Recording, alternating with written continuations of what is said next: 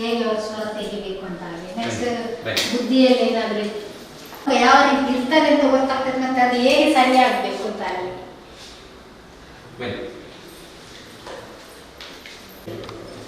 One to one sir, ಒಂದು ಮಗುವಿಗೆ ಒಂದು ಥೆರಪಿಸ್ಟ್ ಮತ್ತೆ ಒಂದು ಮಗು ಎಲ್ಲ ಮತ್ತೊಂದು ಆಯ ಅಂದ್ರೆ ಈಗೆಲ್ಲ ತುಂಬಾ ಹೆಲ್ಪರ್ ಇದೆ, ಒಂದು ಆಯ ಇದೆಲ್ಲ ಕೊಟ್ಟಾಗ ಒಂದು ನಾರ್ಮಲ್ ಸ್ಕೂಲ್ಗೆ ಬರ್ತಾರೆ. ನಾರ್ಮಲ್ ಸ್ಕೂಲ್ ಮಕ್ಕಳು ತುಂಬಾ ಮಂದಿ ಬರ್ತಾರೆ ಅಂತ ಅದರಲ್ಲಿ ಮಲಗಿಸಿ ಆಮೇಲೆ ಇದರಲ್ಲಿ ಒಂದು ಥೆರಪಿ ಕೊಡ್ತೇವೆ.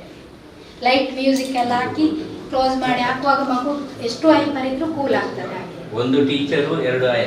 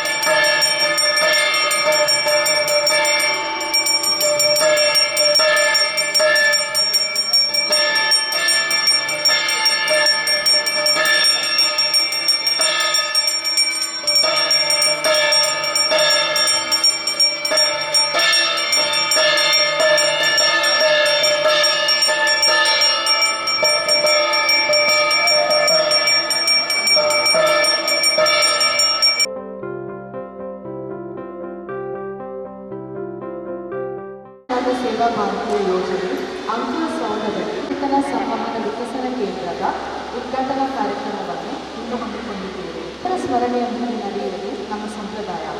ಈಗ ಪ್ರಾರ್ಥನೆಯನ್ನು ನಡೆಸಿಕೊಳ್ಳಲಿದ್ದಾರೆ ನಮ್ಮ ಸಂಸ್ಥೆಯ ಸಿಬ್ಬಂದಿಗಳು. ಸಿದ್ಧಿವಿನಾಯಕ ಶರಣು ನಿತ್ಯಪ್ರದಾಯಕ ಶರಣು ಸಿದ್ಧಿವಿನಾಯಕ ಶರಣು ನಿತ್ಯಪ್ರದಾಯಕ ಶರಣು ಪಾರ್ವತಿ ತನಯ ಮೂರ್ತಿ ಶರಣು ಮೋಷಿಕ ವಾಹನ ಶರಣು ಪಾರ್ವತಿ ತನಯ ಮೂರ್ತಿ ಶರಣು ಮೋಷಿಕ ವಾಹನ ಶರಣು ಶರಣು ಶರಣು ಸಿದ್ಧಿವಿನಾಯಕ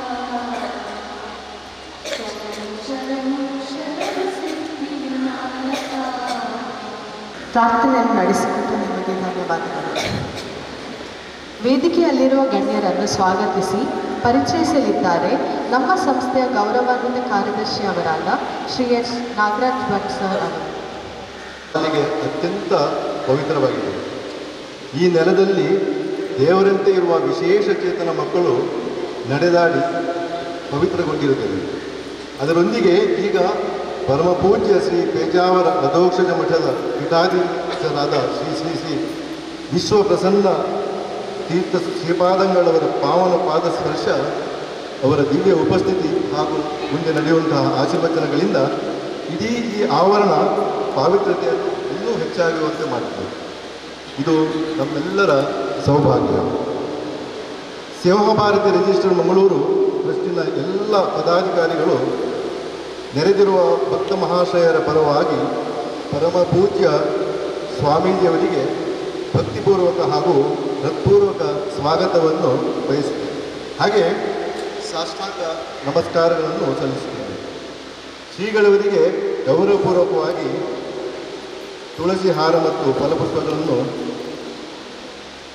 ನೀಡಿ ಅವರನ್ನು ಸ್ವಾಗತಿಸಿದ್ದೇವೆ.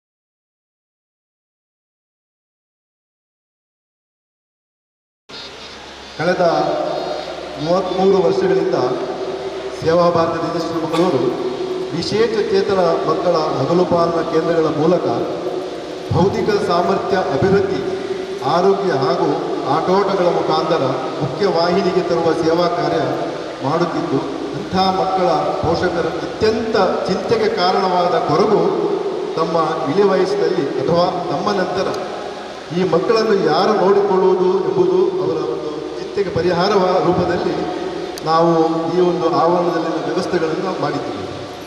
ಇಲ್ಲಿ ಹಲವು ಘಟಕಗಳಿದ್ದು ಈ ಜಾಗ ಅಂಕುರ ಸೌಧದಲ್ಲಿ ದಿವ್ಯಚೇತನ ಸಂವಹನ ವಿಕಸನ ಕೇಂದ್ರ, ಆಟಿಸಂ ಕೇಂದ್ರ, ಈ ಕಾಲದಲ್ಲಿ ಅತ್ಯಂತ ಅವಶ್ಯಕ ಇರುವ ಕೇಂದ್ರವಾಗಿದ್ದು ತುಂಬ ಆಧುನಿಕ ಉಪಕರಣಗಳಿಂದ ಸುಸಜ್ಜಿತವಾಗಿ ಸೇವೆಗೆ ತೆರೆದಿದೆ. ಇದನ್ನು ಸಂಪೂರ್ಣವಾಗಿ ಕರ್ನಾಟಕ ನಮ್ಮ ಸುಮಾರು 200ಕ್ಕಿಂತ ಹೆಚ್ಚಾಗಿರುವ ವಿಶೇಷ ಚೇತನ ಮಕ್ಕಳ ಬಗ್ಗೆ ತುಂಬ ಆಳವಾದ ಕಾಳಜಿ ಬ್ಯಾಂಕಿಗೆ ಇದ್ದು, ಈ ಆವರಣದ ಕಟ್ಟಡ ಶಂಕುಸ್ಥಾಪನೆಯಿಂದ ಮೊದಲಾಗಿ ಮಂಗಳೂರಿನಲ್ಲಿರುವ ನಮ್ಮ ಚೇತನಾ ಶಾಲೆಗೆ ಸುಮಾರು 28 ಲಕ್ಷದ ಶಾಲಾ ವಾಹನ, ಸುಮಾರು 25 ಲಕ್ಷ ಆಟಿಸಂ ಸೆಂಟರಿಗೆ ಒಂದೇ ವರ್ಷದಲ್ಲಿ ಸಹಾಯ ಹಸ್ತ ನೀಡಿದ್ದು ಪ್ರಶಂಸನೀಯ. ಈಗಿನ MD CEO ಶ್ರೀ ರಾಘವೇಂದ್ರ ಭಟ್ ಅವರು ತಾವೆಲ್ಲ ನೋಡಿರ್ಬೋದು. ಅವರೆಲ್ಲ ನೋಡಿ ಈಗ ಅವರ ಕಾರ್ಯನಿಮಿತ್ತ ಅರ್ಜೆಂಟ್ ಅವರಿಗೆ ಬೇರೆ ಕಾರ್ಯ ಇರುವುದರಿಂದ ಅವರು ಈಗಾಗಲೇ ಇಲ್ಲಿಂದ ತೆರವುಗೊಂಡಿದ್ದಾರೆ. ಸೊ ಅವರಿಗೆ ನಾನು ಮಗದೊಮ್ಮೆ ಸೇವಾ ಭಾರತಿ ಪರವಾಗಿ ಸ್ವಾಗತವನ್ನು ಕೋರುತ್ತೇನೆ. ಶ್ರೀಯುತರನ್ನು ನಾವು ಅವರ ಸಂದೇಶವನ್ನು ಅವರು ಕೊಟ್ಟಿದ್ದಾರೆ.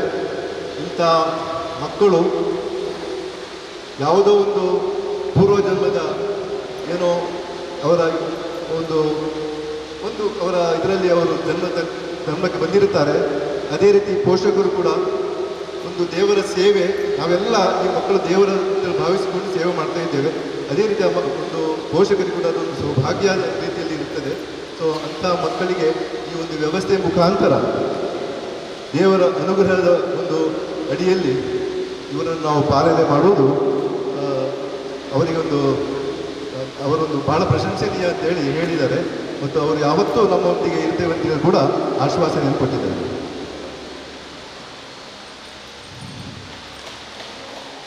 ವೇದಿಕೆಯಲ್ಲಿ ನಮ್ಮ ಸೇವಾ ಭಾರತಿ ಮಂಗಳೂರು ಇದರ ಅಧ್ಯಕ್ಷ ಇರಬೇಕಾಗಿತ್ತು, ಆದರೆ ಅವರು ಕೂಡ ಕಾರ್ಯನಿಮಿತ್ತ ಅವರಿಗೆ ಬರಲಾಗಲಿಲ್ಲ. ಹಾಗೆ ನಮ್ಮೊಂದಿಗೆ ನಮ್ಮ ಸಂಸ್ಥೆಯ ವಿಶ್ವಸ್ತರುಗಳು ಇದ್ದು ಅವರೆಲ್ಲರನ್ನು ನಾನು ಹೃತ್ಪೂರ್ವಕವಾಗಿ ಸ್ವಾಗತವನ್ನು ಸ್ವಾಗತಿಸುತ್ತೇನೆ. ಹಾಗೆ ಅವರ ಅವರ ವಯಸ್ಸಿನ ನಿಮಿತ್ತ ಅವರಿಗೆ ಬೇರೆ ಯಾವ ರೀತಿಯಲ್ಲೂ ನಮ್ಮೊಂದಿಗೆ ಇರಲಿಕ್ಕೆ ಆಗುವುದಿಲ್ಲ. ಆದರೆ ಅವರು ಬಂದಿದ್ದಾರೆ ಇವತ್ತೆಲ್ಲ ನಮ್ಮ ಈ ಕಾರ್ಯಕ್ರಮಕ್ಕೆ, ಅವರನ್ನು ನಾನು ಸ್ವಾಗತಿಸ್ತೇನೆ. ಹಾಗೆ ನಮ್ಮ ಸಂಸ್ಥೆಯ ಮಾರ್ಗದರ್ಶಕ ಮಂಡಳಿ ಇದರ ಸದಸ್ಯರು ಕೂಡ ಇವತ್ತು ಇಲ್ಲಿ ಇದ್ದಾರೆ, ಅವರನ್ನು ನಾನು ಸ್ವಾಗತ ಮಾಡುತ್ತೇನೆ. ಹಾಗೆ ಶ್ರೀಯುತ ಪ್ರದೀಪ್ ಕಪೂರ್ ಮತ್ತು ಇತರ ಗಣ್ಯರು ಕೂಡ ಇಲ್ಲಿ ಬಂದಿರ್ತಾರೆ. ಇತರ ಗಣ್ಯರಿಗೆ ಎಲ್ಲರಿಗೂ ನಾನು ಇವತ್ತಿನ ಕಾರ್ಯಕ್ರಮದಲ್ಲಿ ನಿಶ್ಚಿತ ವೈದ್ಯರುಗಳು, ಗಣ್ಯರುಗಳು, ನಮ್ಮ ಮಕ್ಕಳ ಪೋಷಕರು, ನಮ್ಮ ಸಂಸ್ಥೆಯ ಕಾರ್ಯನಿರ್ವಾಹಕ ಅಧಿಕಾರಿ ಪ್ರತಿಪಾಲಕಿ ಹಾಗೂ ಇದು ಮತ್ತು ಚಿಕಿತ್ಸಕಿಯಾದ ಶ್ರೀಮತಿ ರವಿಕಲಾ ಶೆಟ್ಟಿ ಅವರಿಗೂ ನಾನು ಹೆಚ್ಚಿನ ಇನ್ನೂ ಜಾಸ್ತಿ ಸಮಯ ತಗೊಳ್ಳದೆ ಸುಸ್ವಾಗತವನ್ನು ಕೋರುತ್ತೇನೆ. ಸೇವಾ ಭಾರತಿ ಮಂಗಳೂರು ಇಲ್ಲಿನ ಈ ದಿವ್ಯಾಂಗರ ಪುನರ್ವಸತಿ ಕೇಂದ್ರವನ್ನು ಕಂಡು ತುಂಬ ಸಂತೋಷವಾಗಿದೆ. ಅತ್ಯುತ್ತಮವಾದಂತಹ ವ್ಯವಸ್ಥೆಯನ್ನು ಇಂತಹ ಮಕ್ಕಳಿಗೆ ಕಲ್ಪಿಸಿಕೊಡ್ತಾ ಇದ್ದೇವೆ. ಭಗವಂತ ನಮಗೆ ಸರ್ವಾಂಗ ಸುಂದರವಾದ ಸರ್ವ ಸಮರ್ಥವಾದ ಶರೀರವನ್ನು ಕೊಟ್ಟಿದ್ದಾನೆ.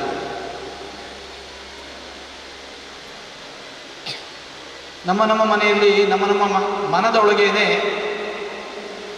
ಗೊಣಗ್ತಾ ಇರ್ತೀವಿ, ದೇವರು ನಮಗೇನು ಕೊಟ್ಟಿದ್ದಾನೆ, ದೇವರು ನಮಗೇನು ಕೊಟ್ಟಿಲ್ಲ ಅಂತ ಹೇಳ್ಕೊಂಡು. ಇಂಥ ಮಕ್ಕಳನ್ನು ಕಂಡಾಗ ನಮಗೆ ಅರಿವಾಗೋದು, ಇಲ್ಲ ನಮಗೆ ದೇವರು ತುಂಬ ಕೊಟ್ಟಿದ್ದಾನೆ.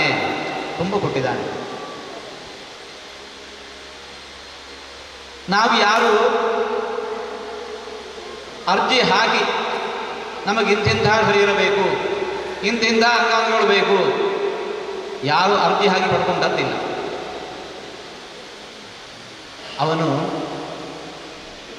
ದೊಡ್ಡ ಕರುಣೆಯಿಂದ ನಮಗೆ ಕೊಟ್ಟಿದ್ದಾನೆ. ಕೊಟ್ಟಿಲ್ಲ ಅಂದರೆ ಯಾಕೆ ಕೊಟ್ಟಿಲ್ಲ ಅಂತ ಅವನ ಮೇಲೆ ನಾವು ಆಕ್ಷೇಪ ಮಾಡಲಿಕ್ಕೂ ಇಲ್ಲ. ಅದು ಅವನ ಡ್ಯೂಟಿ ಅಲ್ಲ. ಹಾಗಿದ್ದು ಕೂಡ ನಮಗಿಂತಹ ಶರೀರವನ್ನು ಕೊಟ್ಟದ್ದರಿಂದ ಅವನಿಗೇನಾಗಬೇಕಾದದ್ದಿದೆ ಪ್ರತಿಯಾಗಿ ಒಂದೂ ಇಲ್ಲ. ನಾವೆಲ್ಲ 10 ಪೈಸೆ ಇನ್ವೆಸ್ಟ್ ಮಾಡ್ತೇವೆ ಅಂತಂದರೆ ಇನ್ ರಿಟರ್ನ್ ಏನು ಅಂತ ನಾವು ಕೇಳ್ತೇವೆ. ನಮಗಿಂತಹ ಸೌಭಾಗ್ಯವನ್ನು, ಸರ್ವಾಂಗ ಸುಂದರವಾದ ಶರೀರವನ್ನು ಕೊಟ್ಟದ್ದರಿಂದ ದೇವರಿಗೆ ಆಗಬೇಕಾದದ್ದು ಏನಿದೆ? ಏನೂ ಇಲ್ಲ. ಯಾವ ಪ್ರತಿಫಲಾಪೇಕ್ಷೆಯೂ ಇಲ್ಲದೆ ಇದನ್ನು ಕೊಟ್ಟಿದ್ದಾನೆ. ಎಷ್ಟು ದೊಡ್ಡ ಉಪಕಾರವನ್ನು ಮಾಡಿದ್ದಾನೆ ದೇವರು ನಮಗೆ, ಎಷ್ಟು ದೊಡ್ಡ ಉಪಕಾರವನ್ನು ಮಾಡಿದ್ದಾನೆ. ಉಪಕಾರ ಮಾಡಿದವರಿಗೆ ಪ್ರತ್ಯುಪಕಾರ ಮಾಡಬೇಕು, ಉಪಕಾರ ಮಾಡಿದವರಿಗೆ ಪ್ರತ್ಯುಪಕಾರ ಮಾಡಬೇಕು. ಪ್ರತ್ಯುಪಕಾರ ಮಾಡದೆ ಕೃತಜ್ಞನಾಗಿದ್ದಾನೆ ಅಂತಂದರೆ, ಕೃತಜ್ಞನಾಗಿರದೆ ಕೃತಜ್ಞನಾಗಿದ್ದಾನೆ ಅಂತಂದರೆ, ಹಿರಿಯರು, ತಿಳಿದವರು, ಜ್ಞಾನಿಗಳು ಮಾತಂದರು, ಅದಕ್ಕಿಂತ ದೊಡ್ಡ ಪಾಪ ಕಾರ್ಯ ಬೇರೆ ಇಲ್ಲ. ಏನೇನೋ ಪಾಪಕರ್ಮಗಳೆಲ್ಲ ಇದ್ದಾವೆ, ಅದಕ್ಕೊಂದು ಪರಿಹಾರ ಅಂತ ಇದೆ. ಆದರೆ ಕೃತಜ್ಞೇನಾಸ್ತಿ ನಿಷ್ಕೃತಿ, ಕೃತಜ್ಞರಾಗಿ ಯಾರು ಅಂತ ನಡ್ಕೋತಾರೆ ಅದಕ್ಕೆ ಮತ್ತೆ ಪರಿಹಾರವೇ ಇಲ್ಲ. ಅಂತಹ ಪಾಪ ಅದು.